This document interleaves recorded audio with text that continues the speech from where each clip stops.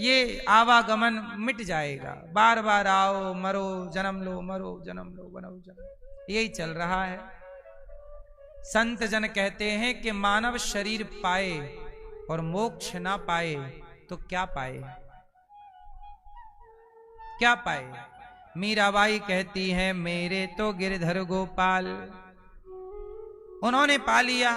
अब हम लोग, ध्रुव जी ने 5 साल में भगवान को पा लिया, प्रहलाद जी ने 5 साल में पा लिया, मीरा ने पा लिया, तुलसीदास जी ने, सूरदास जी ने, अब अपन लोगों का नंबर है। वो नहीं पाए तो क्या पाए, क्या बताओगे, क्या लेके आए हैं? हाँ, क्या लेके आया बंदे, क्या लेके जाएगा, क्या लेके आया बंदे, क्या लेके जाएगा। खाली हाथ आया बंदे, खाली हाथ जाएगा, क्या लेके आया बंदे, क्या लेके जाएगा।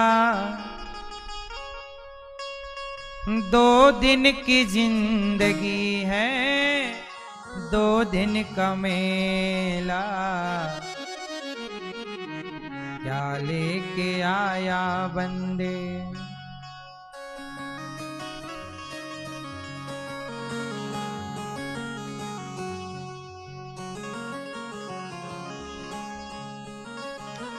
इसलिए भगवान पूछेंगे क्या लाए हो, क्या बताओगे मैया, क्या ले जाओगे, क्या बताओगे। वहां ईश्वर के यहाँ जाओ, मैया आप चलो अपना हिसाब दो।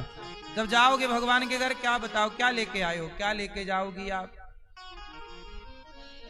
मैया, ओ प्यारी मैया, जाते जाते ये तो बता जा, क्या लेके जाओगी भगवान के यहाँ। मैया नहीं बता रही है, आप ही बताओ। मैया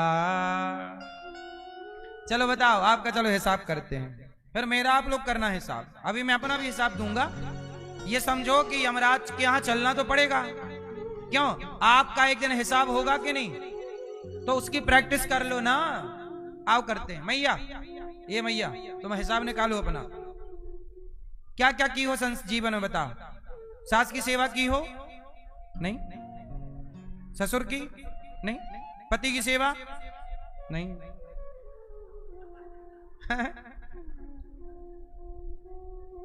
कितना झूठ बोली हो, कितना किलो? हाँ, वहां यमराज जी लेके खड़े रहेंगे डंडा, यहां तो केवल प्रैक्टिस चल रही है। मैया आप बताओ, चलो अपना हिसाब निकालो। हाँ मैया, कितना पाप कमाया आपने जीवन में? झूठ बोली हो, छल कपट की हो, चुगली निंदा, सास की पांव दबाई हो, सेवा हो, हाँ, पति की सेवा की हो। कितना पाप ज्यादा है आपका, पुण्य ज्यादा है?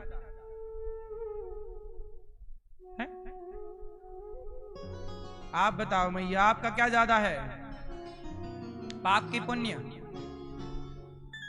है? आपने पाप नहीं किए? झूठ नहीं बोलती हो मैया, सास की सेवा करती हो, पति के पांव दबाती हो कि नहीं? पति के पांव दबाती हो कि नहीं, ये बताओ। अरे ये तो यमराज जी को ही परेशान कर देंगी मैया, जो पूछ रहे हैं बस वो ही नहीं बता रही हैं। यमराज जी को तो माथा पकड़ेंगे। पांव दबाती हो पति के? पति के पांव दबाती हो हैं? कभी कभी, रोज रोज नहीं दबाती हो? ला मैया कह रही वहां दबाऊंगी, यहां है, यहां नहीं दबा रही है, वहां। मैया ने तो भाई गजब कर दिया, देखो बहानेबाज मैया।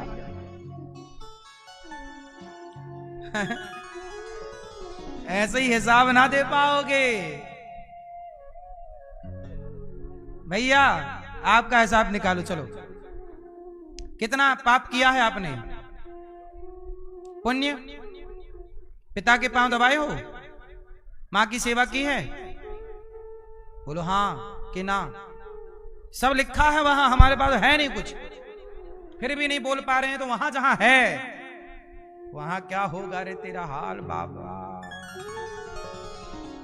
मैया ईश्वर की अदालत में किसी को कौड़ी कम नहीं देता, किसी को दमड़ी ज्यादा, समझदार तो चुप रह जाता, मूर्ख शोर मचाता, मेरे मालिक की दुकान में सब लोगों का खाता।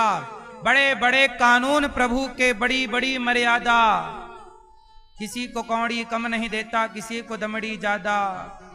वहां ना चलेगा ये सब बहाना, वहां तो हिसाब लाओ। क्या कि ये 100 साल के लिए भेजा है आपको, 100 साल 70 साल जो भी जिया। आ गए भाई, आओ आओ रामलाल आ गए। रामलाल हिसाब निकालो, क्या किया? माँ के पांव नहीं दबाए? क्या करते रहे? वहां रोती रही, भूखी प्यासी तड़पती रही, और तुम पत्नी के संग बादाम का हलवा खाते रहे। मारो उसको 10 कोड़े, दैत दनादन दैत दनादन। ये लुगाई के संग हलवा खा रहा था और मां बेचारी भूख से तड़प रही थी। सब होगा हिसाब।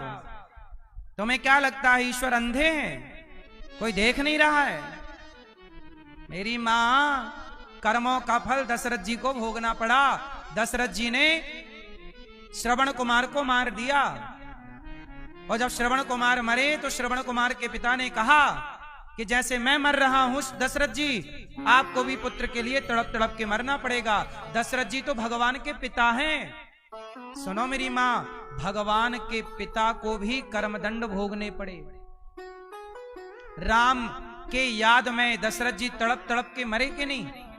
बोलो हाँ। जब भगवान के पिता को कर्मों का फल मिला तो मैया आप बच जाओगी। भैया तेरा क्या हाल होगा रे कालिया।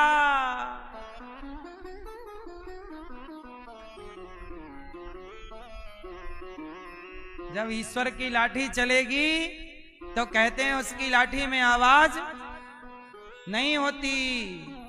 हाँ, टोपी वाले भैया आपका हिसाब कराओ, चलो लिखवाओ। क्या पाप किया, पुण्य किया? शादी हो गई? हो गई। पत्नी के सिवा किसी और को तो नहीं देखते? नहीं। हाँ, यदि देखा किसी और को आप में से किसी ने, यह भी लिखा होगा वहां ईश्वर के हाथ तूने अपनी पत्नी को धोखा दिया, पत्नी के होते हुए पराई नारी को देखा, पति के होते हुए तूने पर पुरुष को देखा। यह भी हिसाब ईश्वर की अदालत में है। आपको क्या लगता है यहां नैन मटक्का कर लोगे कोई देखेगा नहीं? तुम्हारी घरवाली भले ना देखे पर वो सबका पिता देख रहा है। कोई है जो हिसाब करने बैठा है, तुम बस जाओ तो। इसलिए छल कपट धोखा नहीं, रिश्तों में धोखा नहीं, अपनों को धोखा नहीं। जो जिम्मेदारी है पूरी करो। अब आप सब मेरे से हिसाब मांगो। चलो मैं अपना हिसाब दे रहा हूं, सुनो। अभी मैं 35 वर्ष का हूं। इन 35 वर्षों में मैंने आज तक जाने में किसी का दिल नहीं दुखाया, बल्कि रोती हुई माताओं को गले से लगाकर 315 वृद्ध माओं की सेवा की है। ये हिसाब प्रभु आपके लिए। मैंने आज तक किसी की आंखों में आंसू नहीं दिए। मेरी वजह से कोई रोया ना होगा, मेरी वजह से सब हंसे होंगे। मैं खुशी का कारण तो बना होऊंगा, किसी के दर्द का कारण ना बना। उन रोती माओं को गले से लगाकर माओं की सेवा की। रोज उन माओं के लिए कमाता हूं, माओं को नाश्ता, माओं को भोजन, माओं की दवाई। हमारी माओं को कोई बिस्तर पे ही पड़ी हैं जो ज्यादा वृद्ध हैं, तो उनके लिए साफ सफाई के लिए, उनको माओं को कपड़ा ना धुलना पड़े, बर्तन ना धुलना पड़े।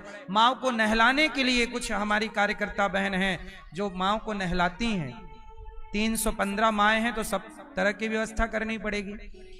तो भगवान से मैं कहूंगा कि प्रभु मैंने आज तक किसी का दिल नहीं दुखाया, बल्कि रोते माँ को गले लगाकर सेवा की है, और भिक्षा मांग मांग कर सेवा की। आप लोगों का भी धन्यवाद। मैं आप लोगों का भी नाम बताऊंगा कि आप लोगों की तरफ से वृद्ध माँ को भोजन मिला, किसी की तरफ से नाश्ता मिला। और गौरी गोपाल आश्रम में 150 बच्चे पढ़ते हैं। मैं बताऊंगा भगवान को कि प्रभु मैंने भीख मांग मांग कर 150 बच्चों को पढ़ाया है। मैंने किसी के साथ दुर्व्यवहार नहीं किया, समाज की सेवा की है। मैं बताऊंगा कि मैं मरने से पहले रोज वृंदावन में गौरी गोपाल अन्न क्षेत्र चलता, हजारों फुटपाथ पर साधु जो भगवान आपका नाम जपने वाले, उनको रोटी गौरी गोपाल में देने का काम भीख मांग मांग कर ये दास उनकी सेवा करता है। ये सब कुछ लिखवाऊंगा, ईश्वर बाचेंगे ना। कहूंगा कि गाय, जिस कलयुग में गौ माता की हत्या हो रही थी, गौ हत्या, मैं पूरी गौ हत्या तो नहीं रोक पाया ना बंद कर पाया, पर 400 गायों की सेवा करके 400 गायों की मैंने रक्षा की है। यदि ये छूट जाएंगी 400 गैया तो कसाई पकड़ के ले जाएगा और काट डालेगा। मैं सारी गायों को नहीं बचा सकता, पर 400 बचा सकता हूं।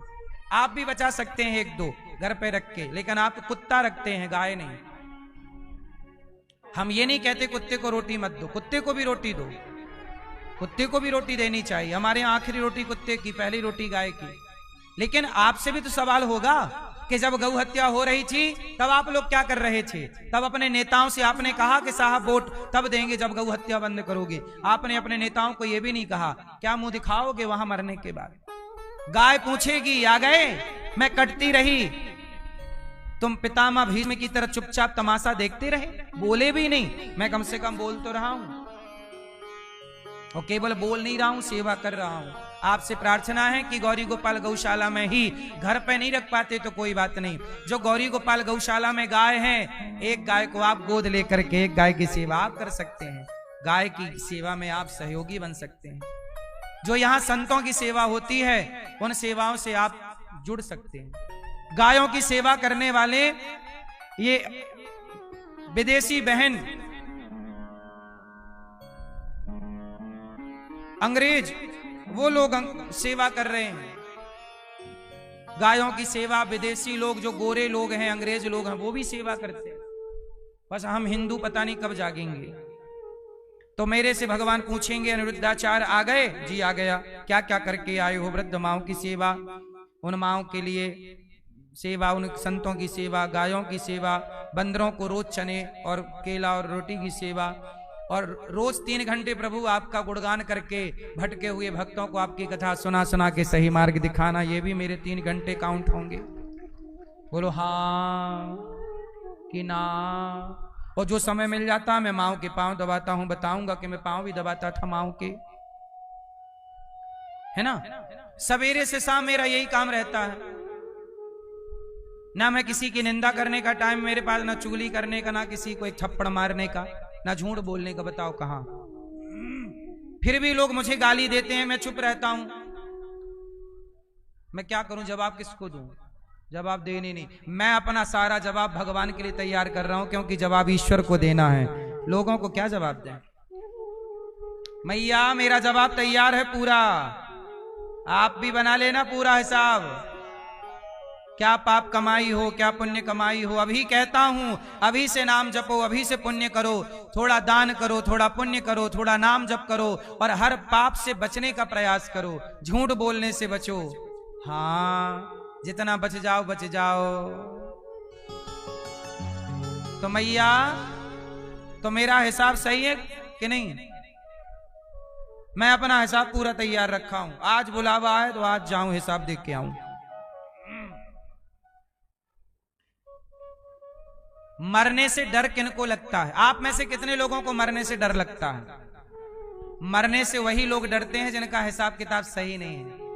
अरे जिनका हिसाब किताब सही है वो यहां भी खुश है, मरने के बाद जहां जाएंगे हिसाब देंगे वहां भी खुश। हमें काहे का डर? हिसाब गलत नहीं है ना?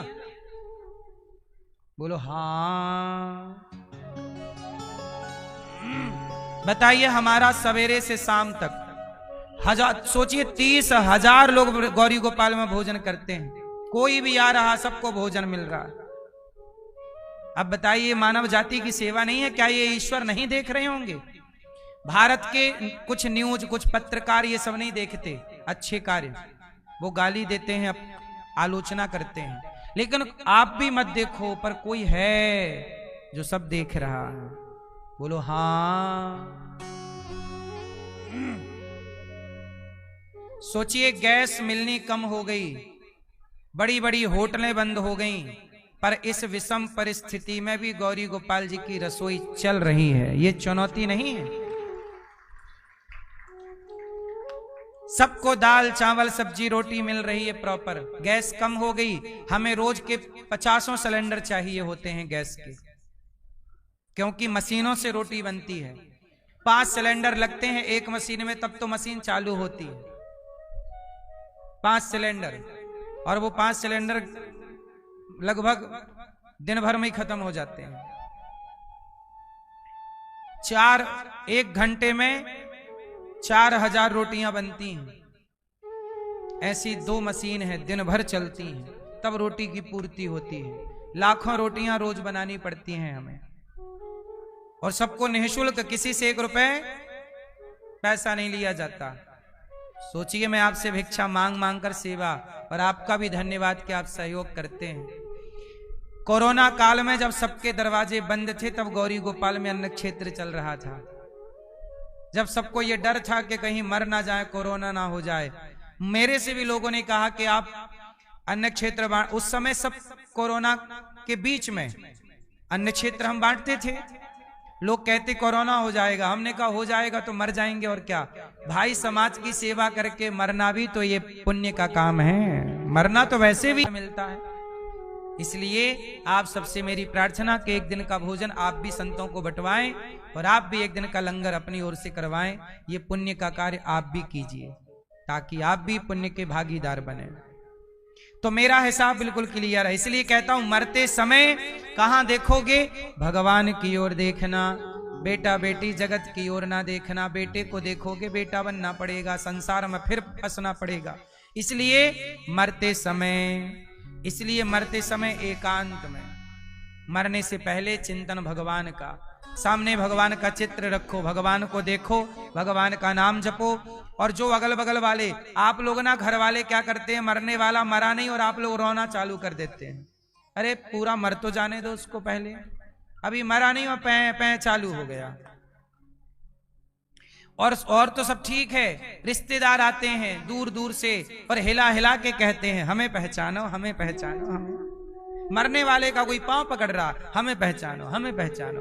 कोई ना कहेगा आपसे मरते समय कि भगवान को पहचानो। हम ही कह रहे हैं भगवान को पहचान लो, वरना दुनिया तो ये कहती है हमें पहचानो। तुम्हें पहचान के करेंगे क्या? भगवान को पहचानेंगे तो कल्याण हो जाएगा। इसलिए कोई ना कहता कि ईश्वर को पहचानो, सब कहते हैं क्या करेंगे तुम्हें पहचान के। और मरते समय ना, कई बार मैया आप लोग गलतफहमी पाल लेती हो, हमारे बाद क्या होगा। मैया आप क्या सोचती हो, हमारे बाद क्या होगा? सब बढ़िया होगा, आप तो आराम से मरो, कोई दिक्कत नहीं। सब, कोई काम नहीं रुकता किसी के बिना। आपके दादा परदादा सब मर गए, कोई काम रुका? आप मर जाएंगे, कोई काम रुकेगा? गलतफहमी ना पालो कि हमारे बिना क्या होगा। हमारे बिना भी पहले ये संसार था, हम हैं तो भी है, हम जैसे नहीं होंगे तो भी संसार चलेगा, क्योंकि इसे चलाने वाला परमात्मा है। इसलिए कहता हूं, इतना तो करना स्वामी, जब प्राण तन से निकले, गोविंद नाम लेकर। जब प्राण निकले तो क्या करना? आना जरूर आना, राधे को साथ लाना, मुरली मधुर बजाना। जब प्राण तन से निकले, इतना तो करना स्वामी, इतना तो करना स्वामी, जब प्राण क्या करना? श्री यमुना जी का तट हो, मेरा सावेरा निकट हो, मेरे मुख में तुलसी दल हो। जब प्राण तन से निकले, मरते समय भगवान का चिंतन, संसार के चक्कर में ना पड़ो। आपके मरने के बाद दुनिया चाय पिएगी। जब आप मर जाते हो ना, तो आप पड़े रहते हो मरे मराए, और आपके घर वालों के लिए आपके पड़ोसी चाय बना बना के लाते हैं, थोड़ी सी पी लो। पड़ोसन कहती है पी थोड़ी चाय। सास मर गई है, बाद में रोना, चाय ठंडी हो रही है, अदरक डाल के लाई हूं। आपके यहाँ ऐसा है कि नहीं, जब कोई मर जाता पड़ोसी चाय वाय लाते हैं? ये परंपरा है कि नहीं आपके यहाँ? किस किस के यहाँ है? मतलब आप सब चाय पी पी के रोई हो मेरी माँ सास के मरने में। सही है ना? सास मरी पड़ी है और बहू चाय पी रही है, गला भी सूख जाता है बेचारी का, क्या करे। ये दुनिया ऐसे ही है, आप मर गए किसी को कोई फर्क नहीं पड़ता। अच्छा, आपके मरने पर लोग आते हैं, क्यों आते हैं जरा बताओ, क्यों आते हैं? लोग इसलिए नहीं आते कि आप मर गए, लोग इसलिए आते हैं कि व्यवहार चुकाना है। तुम्हारे मरने पर वो नहीं आएंगे तो उनके मरने में कौन जाएगा, इसलिए वो सोचते हैं व्यवहार चुका के आए। और आपको लगता है हमारे मरने में इतने लोग आए, नहीं, किसी को मरने का कोई गम नहीं है। जब मुर्दा चलता है ना मरा हुआ आगे आगे, तो पीछे के लोग बातें करते जाते, आगे वाले बोलेंगे राम नाम सत्य है, पीछे वाले बोलेंगे धान कट गई, कैसा चल रहा काम धाम, गेहूं कट गई, इस बार कैसा रहा, अरे सब ऐसा। आगे मुर्दा जा रहा और पीछे हिसाब चल रहा, बोलो हाँ काम धाम ठीक चल रहा है, और आगे मुर्दा चल रहा है। ये दुनिया, आपके मरने पे कोई नहीं आता मेरी माँ, सब अपना व्यवहार चुकाने आते हैं, मुंह दिखाने आते हैं, मुंह दिखाई दुनिया है। फर्क किसी, हम मरेंगे तो किसी को क्या फर्क पड़ना है बताओ, आप मरोगे किसका क्या बिगड़ना, चलो बताओ, आप मरेंगे तो किसका क्या बिगड़ेगा, उत्तर दो मैया, काहे नहीं बोलती हो, आप मरोगी किसका क्या बिगड़ेगा, बोलो, हम मरेंगे किसका क्या बिगड़ेगा। अनिरुद्धाचार्य मरेगा तो अनिरुद्धाचार्य का ही बिगड़ेगा। हमने पाप किया होगा, पुण्य किया होगा, हमारा ही कमाया पाप पुण्य मेरे साथ चलेगा, किसी का कुछ नहीं बिगड़ना। लोग आएंगे तो आंसू बहा के भाग जाएंगे, 13 दिन बाद लोग आएंगे रसगुल्ला मांग मांग के खाएंगे, एक और लाओ, बोलो हाँ। इसलिए कहता हूं किसी का कुछ नहीं बिगड़ना। थोड़ा सा वक्त शाम को अर्पण किया करो, थोड़ा ध्यान लगाओ मेरी माँ मैया, थोड़ा सा शांत रहो और अब ना उठना, बार बार ना उठना, ठीक है। थोड़ा सा वक्त शाम को अर्पण किया करो,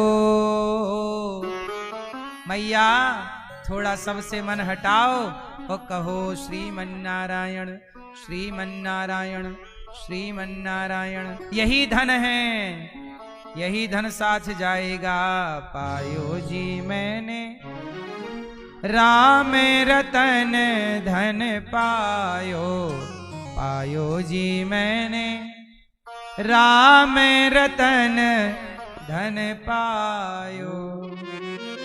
वस्तु अमोलक दी मेरे सत गुरु, वस्तु अमोलक दी मेरे सत गुरु, कृपा कर अपनायो, पायो जी मैंने राम रतन धन पायो।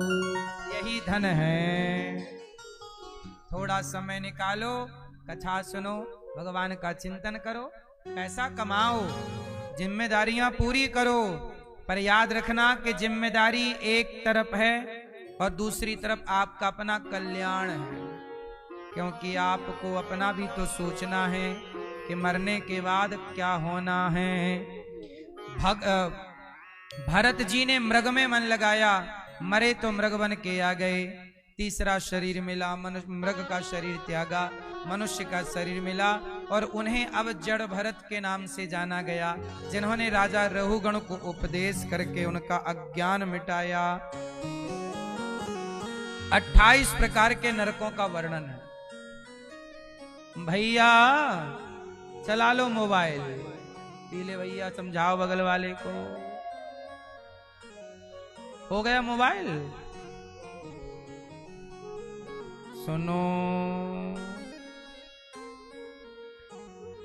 नरक कितने प्रकार के होते हैं? नरक कितने प्रकार के होते हैं? ओ छोरी बैठो बेटा तुम वहां, अब ना खड़े होना, ये काहे दौड़ लगा रही हैं बहनें? तुम उत्तर दे रही थी अच्छा अच्छा, आज भाग रही हो यहां। सुनो, नरक कितने तरह के होते हैं बताओ? 28। कितने तरह के नरक होते हैं? जो जैसा पाप करता है वो वैसे नरक में। आप मैया कौन सा नरक पसंद करोगी कि बैकुंठ जाओगी? हैं? हाँ, आप लोग भागवत सुन रहे हैं, आप लोग नरक थोड़ी जाएंगे, आप तो बैकुंठ जाओगे। भागवत सुनने वाला थोड़ी नरक जाएगा। जो नहीं सुन रहे भागवत, नहीं कर रहे भगवत चिंतन, हाय हाय पैसा पैसा कर रहे, वो नरक की तैयारी कर लें अपनी।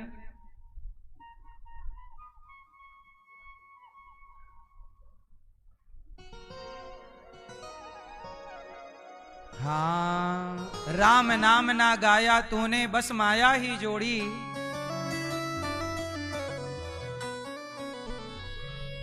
राम नाम ना गाया तूने, बस माया ही जोड़ी। और आखिरी,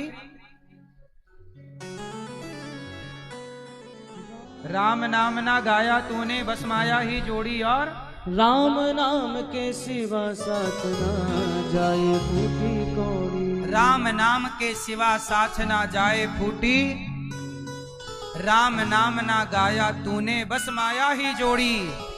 राम नाम के सिवा साथ ना जाए फूटी। हाँ, जय श्री राम, जय श्री राम, जय श्री राम। मैया 28 नरक जैसे पाप वैसा न। अब राजा परीक्षित जी ने कहा सुखदेव भगवान से, हे प्रभु क्या हमें भी नरक जाना पड़ेगा? बोले हाँ। कैसे नरक जाना पड़ेगा? जो पाप करेगा जाना पड़ेगा। पर आप तो भागवत सुन रहे हैं, आप नहीं जाएंगे। अच्छा, नरक जाने से बचने का कोई उपाय है? जैसे माना कि कोई भागवत ना सुना हो, सब थोड़ी भागवत सुनते हैं। अब कोई पापी है, माना कि कोई पापी है और वो भागवत भी नहीं सुना और उसे नरक जाने से बचना है, तो बताओ क्या उपाय है? मई भैया बताएंगे, आखिरी वाले कोने वाले। माना कि कोई पापी है और वो अब समझ रहा कि मेरे से गलती हो गई, अब मैं नरक नहीं जाना चाहता, तो क्या उपाय है? क्या? पूजा करो, पुण्य करो। हाँ, पुण्य करो। क्या करें आप बताओ? हाँ सुनो, अजामिल नाम के एक पंडित जी थे। कान्य कुब्जे दुजह कश्चित दासी पति रजामिलः, नामना नष्ट सदाचारो दास्याह संसर्ग दूषितः। अजामिल नाम के पंडित जी थे, अपनी पत्नी को छोड़कर पराई औरत के संग रहते, चोरी करते, गलत काम करते, हर पाप करते, कोई पाप बकाया नहीं जो अजामिल ने ना किया, सारा पाप। लेकिन अजामिल ने जब पाप बहुत किया, यमराज ने कहा जाओ अजामिल को लेकर आओ, पापी है बहुत बड़ा।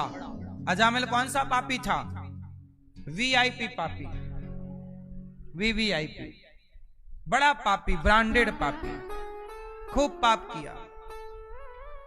यमराज जी ने यमदूत को कहा जाओ अजामिल को लेकर के आओ।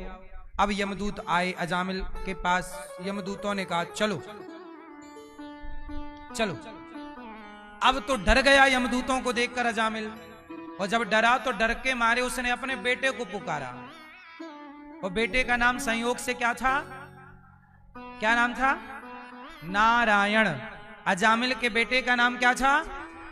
दूरे क्रीडन का सक्तम पुत्रम नारायणावयम, प्लावितेन स्वरेणोच्चैराजुहावा जितेंद्रिय। बुलाया, किसको बुलाया? नारायण। किसको बुलाया? नारायण। बेटे को बुला, बेटा बेटा बेटा, नारायण नारायण। नारायण जब पुकारा, भगवान के कानों में शब्द गया। पार्षदों से कहा जाओ हमारा कोई भक्त पुकार रहा है। पार्षदों ने कहा प्रभु वो एक नंबर का पापी है। भगवान बोले पापी था, मेरा नाम लेते ही वह पवित्र हो गया। लेकर के आओ। नाम लेत भव सिंधु सुखाही। कितना भी बड़ा पापी हो, इसलिए कहता हूं पाप तो अब कर ही लिए हैं, तो अब क्या करें? नाम जपो भगवान का, प्रेम से नाम जपो। नाम ही आपको पाप से मुक्त करेगा। कथा सुनो, नाम जपो, पुण्य करो। भला की जय भला होगा, बुरा की जय बुरा होगा। भला की जय भला होगा, बुरा की जय बुरा होगा। वही लिख लिख कर क्या होगा, यही सबको चुकाना है। मैया जी झूठ मत बोलो, प्रभु के पास जाना है। मैया आई ना बात समझ में? इसलिए पापी से पापी भी क्या करे? पाप छोड़ दो। अब हुई गलती तो हुई, कान पकड़ लो। भगवान कहते हैं तू कितना भी बड़ा पापी है, पर मेरी शरण में आ जाएगा तो मैं तुझे पाप से सर्वधर्मान परित्यज्य मामेकं शरणं व्रज, अहम त्वा सर्व पापेभ्यो मोक्षयिष्यामि मा शुचः। हाँ, कोटि विप्रबध लागय जाहू, आए शरण तजिए नहीं ताहू। कितना भी बड़ा पापी हो, भगवान का नाम लेते ही वह पापी क्या हो जाएगा? पवित्र हो जाएगा, पुण्यात्मा हो जाएगा। कौन पवित्र करेगा? नाम पवित्र कर देता है। इसलिए मैया थोड़ा बैठो अकेले एकांत, कहो श्रीमन्नारायण। हे प्रभु, मैं आपको कभी, मेरे संग एक बार बोलो, बोलो हे नाथ, मैं आपको कभी भूलू नहीं। श्रीमन्नारायण, हे श्याम सुंदर, हे राधा रानी, हे श्रीमन्नारायण, हे रघुनंदन, मैं आपको कभी भूलू नहीं। इसलिए अजामिल जैसा पापी तर गया। एक बार देवराज इंद्र ने गुरु जी का अपमान कर दिया, नाराज होके चले गए। तब इंद्र ने इमरजेंसी विश्वरूप को गुरु बनाया और गुरु जी को बनाया और हत्या कर दी। इंद्र को संदेह हुआ कि हमारे गुरु जी राक्षसों से मिले हैं, आहुति उन्हें भी दे रहे हैं, गुरु जी का सिर काट दिया। तब इंद्र को लगी ब्रह्म हत्या। तब इंद्र ने अपनी हत्या 4 लोगों में बांटी। पहली हत्या स्त्रियों को दी, जो रज के रूप में दिखाई पड़ती है, रजस्वला के रूप में। दूसरी हत्या वृक्षों को दी, जो गोंद के रूप में दिखती है। तीसरी हत्या जल को दी, जो झाग के रूप में दिखती है। चौथी हत्या जमीन को दी, भूमि को, जो बंजर भूमि के रूप में दिखती है। इंद्र हो गए पाप मुक्त। तब महर्षि त्वष्टा ऋषि ने वृत्तासुर को प्रकट किया और वृत्तासुर और इंद्र का युद्ध हुआ। उस युद्ध में देवराज इंद्र ने दधीची ऋषि की हड्डियों का वज्र बनाया। क्यों बनाया? क्योंकि वृत्तासुर ने ब्रह्मा जी से वरदान मांगा, मैं किसी भी शस्त्र अस्त्र से नहीं मरूं, लाठी से नहीं मरूं, लोहा सोना चांदी हीरा मोती पत्थर मिट्टी धूल किसी अस्त्र शस्त्र से नहीं मरूं। अब मरे कैसे? तब हड्डियों का अस्त्र बनाया, क्योंकि हड्डियों का अस्त्र कहीं लिखा नहीं है, तो हड्डी से कोई मर सकता, सोचा भी नहीं। दधीची ऋषि की हड्डियों का वज्र बनाया और देवराज इंद्र ने वृत्तासुर को जब मारने गए तो वृत्तासुर ने भगवान की स्तुति की। परीक्षित जी ने कहा कि वृत्तासुर तो राक्षस था, फिर उसने भगवान की स्तुति क्यों की? कहा कि इस जन्म का राक्षस था, पिछले जन्म का भगवान का बहुत बड़ा ये भक्त था। ये पिछले जन्म का कौन था? चित्रकेतु नाम के एक राजा थे। सुनो जरा सी कथा है वृत्तासुर के पूर्व जन्म की।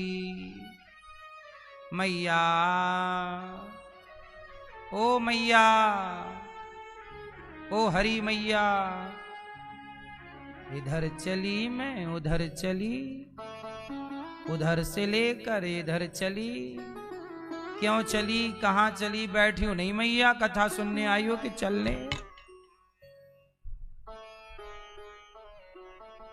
जा रही हो तो काहे तुम नाच रही हो?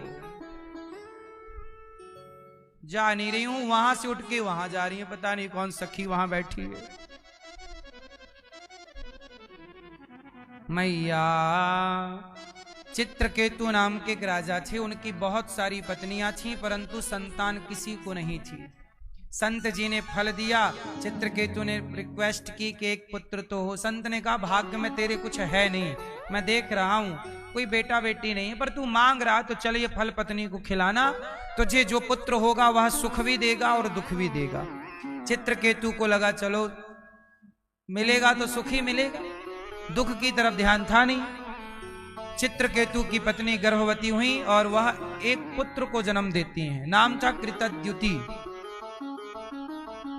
और कृतद्युति के 5 साल का जब बच्चा हुआ, बहुत सुख मिला, बाप ने गले लगाया, बेटा बेटा बेटा, बहुत लाड़। अब रानियां बहुत थी राजा की, और एक रानी को बेटा हुआ, तो बाकी रानियों को लगा कि राजा तो हमारी तरफ देखते नहीं। उन रानियों ने मिलकर उस 5 साल के बच्चे को जहर दे दिया कि जब से ये पैदा हुआ है राजा हमारी तरफ देखते नहीं है। अब वो जहर खा के बच्चा जहर खाया, मर गया। अब राजा रानी रोए, आपके आटे से मैंने 5 रोटियां बनाई, और वो जो ओपले दिए कंडे सूखा, उसमें आग लगाई, मैंने ध्यान नहीं दिया, उसमें चींटियां बहुत सारी थी, चींटियां जल गईं, चींटियां मेरे से जल गईं, मर गईं, और आपकी रोटी 5 बनी तो भोग लगा के खा गया मैं। तो मैं 5 रोटी पिछली बार आपकी खाया, तो इस जन्म में आपके 5 वर्ष तक बेटा बन के 5 रोटियां का हिसाब चुकाया, और मैंने उन चींटियों को जला दिया। वही चींटियां आपकी पत्नी बनकर आई। पिछली जन्म में मैंने उनको मारा, इस जन्म में उन्होंने मुझे मार के अपना हिसाब चुका लिया। अब मैं हिसाब चुकाने आया था, चुका के अब मैं जा रहा हूं। मेरा आपका इतने ही वर्ष का संबंध था। ये छोटी सी कथा ये बताती है कि आपकी पत्नी, पति, बेटा, बेटी आपके साथ उतने ही समय रहेंगे जितने समय का आपका हिसाब किताब उनके संग है। मैं संसार में कब तक रहूंगा बताओ? जब तक मेरा हिसाब किताब पूरा यहां नहीं हो जाता। आपका बेटा जब हिसाब पूरा होगा तो आपकी माँ को, पति को, पत्नी को, बेटी को, बेटे को, कई लोग 10 साल में, 20 साल में, 40 साल में चले जाते हैं। क्यों? उनका हिसाब चुक गया। आप लोग वृंदावन कितने दिन के लिए आए हैं? 7 दिन कथा सुनेंगे, काम पूरा करेंगे, वापस जाएंगे। सदा के लिए थोड़ी आप आए हैं, काम कर। ऐसे ही हम इस धरती पर सदा के लिए नहीं आए, यहां आए हैं 10 साल, 20 साल, 25 साल, ज्यादा से ज्यादा 100 साल। आप सब ज्यादा से ज्यादा कितने साल के मेहमान हो? मैया कितने साल के? 100 साल ज्यादा से ज्यादा। 100 में इतनी निकल गई, गई बहुत थोड़ी रही, नारायण अवचेत, काल चिरैया चुग रही, निज दिन आयु खेत। बहुत तो गुजर गई, बची कितनी सी है जरा सी। इसलिए कहता हूं जो बचा है उसमें भी अपना कल्याण कर लो मेरी मां। हाँ, इस संसार में सब अपने अपने कर्मों का फल, हिसाब किताब चुका रहे हैं और कर्मों का फल पा रहे हैं। सही है? ज्यादा परेशान होने की जरूरत नहीं है जिंदगी में। चित्रकेतु ने अपने पुत्र का यह ज्ञान सुना कि वह पूर्व जन्म का हिसाब बाकी था, चुकाने आया, चुका के चला गया। चित्रकेतु को वैराग्य हो गया, और शिव पार्वती बैठे एक दूसरे की, मतलब पार्वती शिव की गोद में बैठी, तो चित्रकेतु देख के हंसने लगा। तो मां भगवती पार्वती ने शाप दे दिया कि तू शिव शक्ति में हंस रहा है, जा तू राक्षस हो जा। वही चित्रकेतु वृत्तासुर बने, और आज वृत्तासुर का उद्धार देवराजेंद्र के द्वारा हुआ। बोलिए भक्त वत्सल भगवान की। एक बार भगवान प्रहलाद के लिए यदा देवेषु वेदेषु गौसु विप्रेषु साधुषु धर्मे मयि च विद्वेषः स्वभावासु विनश्यति। जब जब हो ये धर्म की हानि, भगवान परित्राणाय साधूनां विनाशाय च दुष्कृताम् धर्म संस्थापनार्थाय संभवामि युगे युगे। हिरण्यकश्यपु नाम का एक राक्षस, कौन? हिरण्यकश्यपु। उन्होंने वरदान मांगा ब्रह्मा जी से, ना मैं दिन को मरूं, ना रात को मरूं, ना ऊपर मरूं, ना नीचे मरूं, 12 महीने में किसी महीने नहीं मरूं, मैं कभी ना मरूं, किसी तरह से ना मरूं। और जब हिरण्यकश्यपु ने वरदान मांगा, और जब वरदान मांग करके शक्तिशाली हुआ तो समाज पर अत्याचार, समाज को परेशान करने लग गए। जब परेशान किया तभी उनके पुत्र के रूप में भगवान ने एक भक्त को भेज दिया, प्रहलाद। कौन? प्रहलाद। प्रहलाद छोटे से बच्चे हैं, और प्रहलाद जी छोटे से बच्चे सब सुबह से शाम, शाम से रात, हर समय केवल श्रीमन्नारायण श्रीमन्नारायण, केवल भगवान नाम, केवल भगवान नाम। भगवान के नाम का ही आश्रय प्रहलाद जी ने लिया। जब प्रहलाद जी भगवान का नाम जपने लग गए तो हिरण्यकश्यपु ने कहा कि किसका नाम जपता है? प्रहलाद जी बोले भगवान का। कौन भगवान? कहां तेरा भगवान? प्रहलाद जी बोले पिताजी, न केवलम में भवतश्च राजन सवै बलम बलिनाम चा परेशान।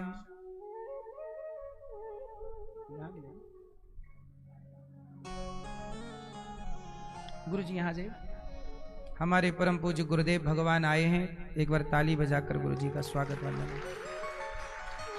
विराजिए।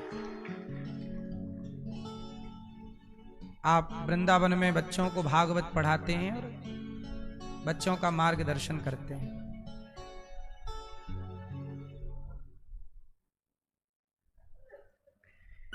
प्रहलाद जी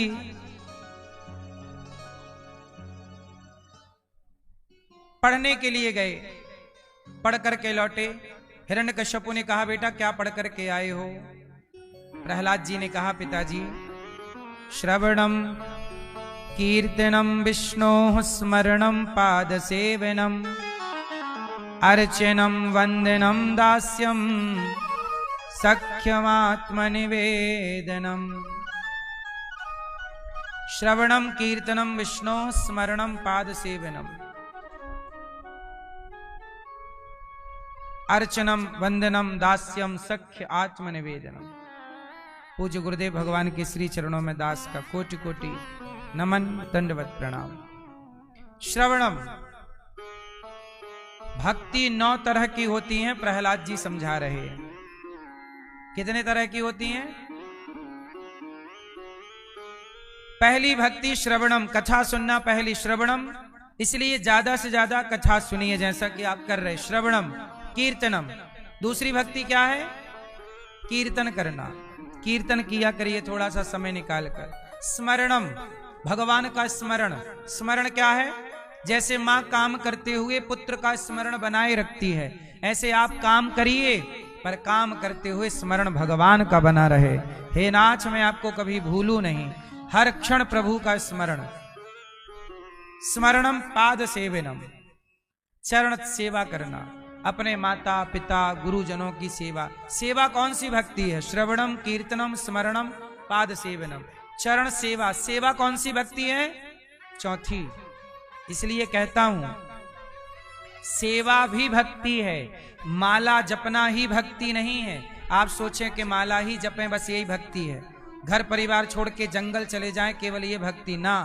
आप घर पर रहकर अपनी माँ की सेवा करें, पिता की सेवा करें, अतिथि की सेवा करें और गुरुजनों की सेवा करें, कुत्ता बिल्ली जीव मात्र की सेवा करें, सब में भगवान का भाव रखकर जो सेवा करे निश्चल भाव से, तो वह सेवा ही तो भक्ति है।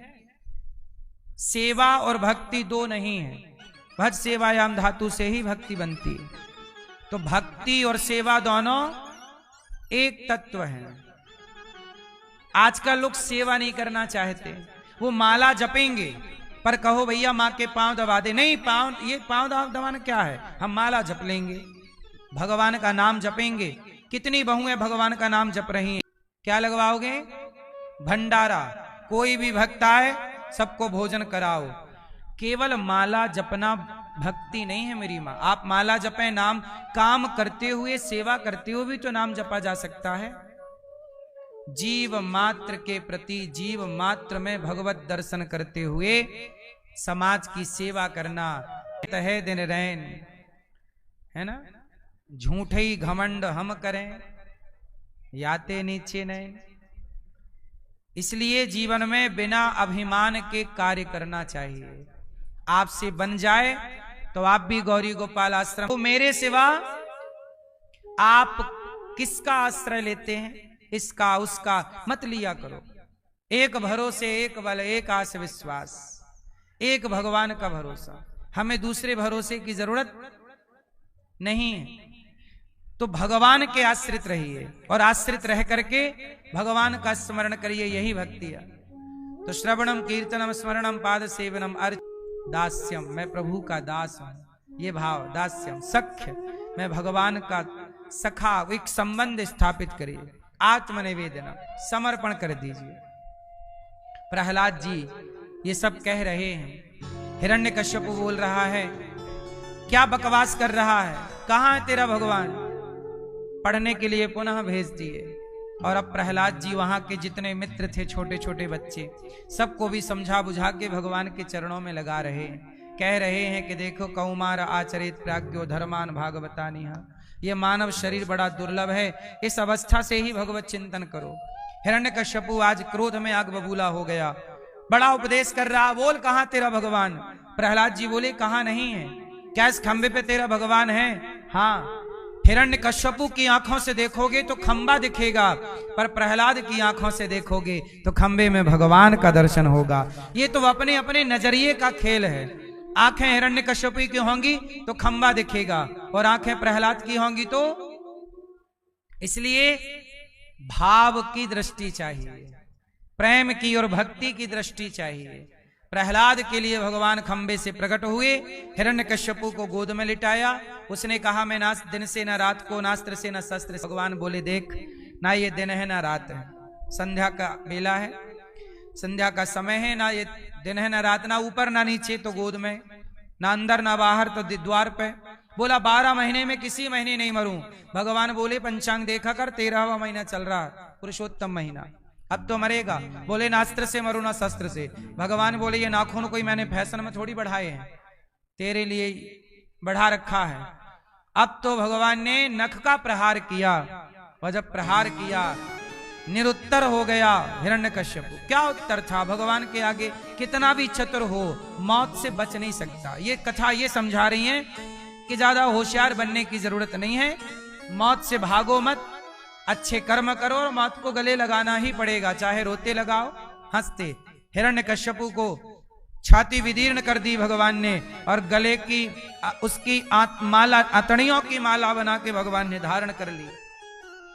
मानो भगवान हिरण्यकश्यपु के आंतों की माला बना के इसलिए धारण कर ली अतड़ियों की, कि देख रहे हैं कि मेरे हिरण्यकश्यपु के इसी तेज से, रक्त से मेरे प्रहलाद भक्त का प्राकट्य हुआ। प्रहलाद जी को गोद में बिठाया भगवान ने हिरण्यकश्यपु को मार के, कहा पुत्र कुछ मांग लो। प्रहलाद जी ने कहा मेरे पिता आपका अपमान करते थे, उनकी सदगति हो जाए बस। यहां भगवान ने कहा कि बेटा प्रहलाद, तेरी 21 पीढ़ियां होती तो मैं उनका भी उद्धार कर देता, है नहीं, पर होती तो मैं उनका भी उद्धार कर देता। तू कुछ वरदान मांग। प्रहलाद जी बोले प्रभु आपसे कभी कुछ मांगने की इच्छा ना हो, यही वरदान चाहिए। भगवान से क्या मांगना है, क्या मांगना चाहिए भगवान से बताओ। मैया क्या मांगना चाहिए? भगवान से क्या मांगे?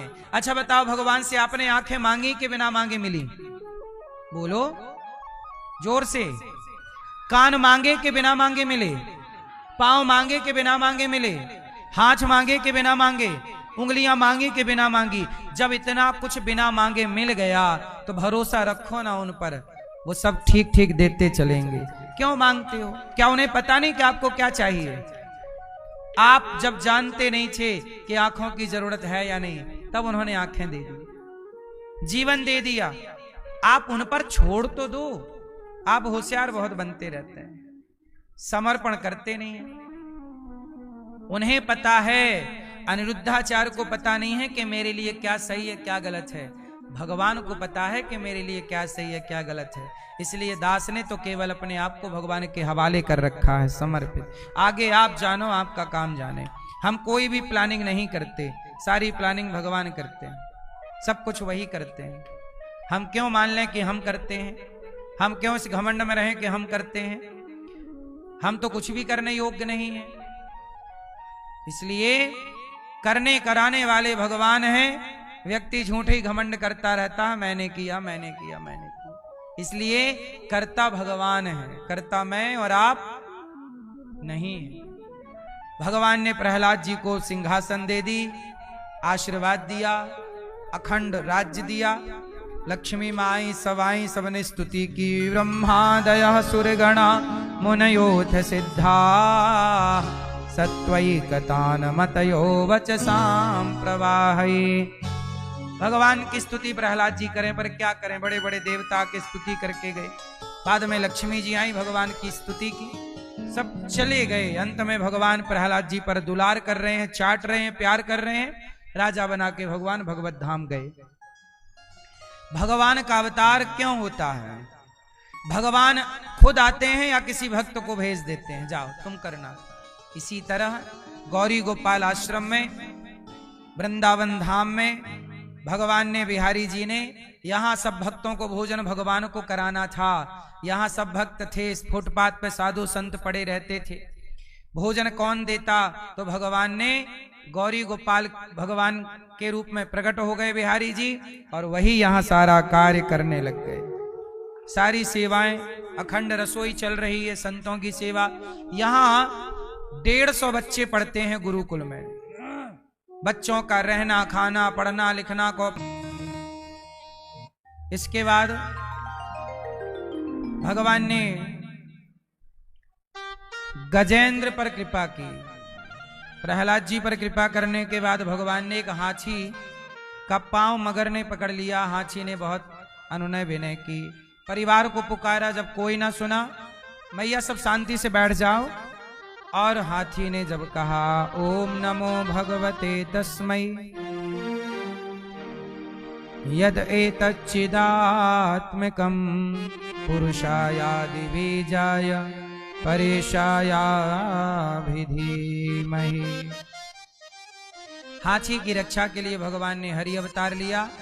हाथी के पुकारने से भगवान कमल का पुष्प दे दिया तोड़कर।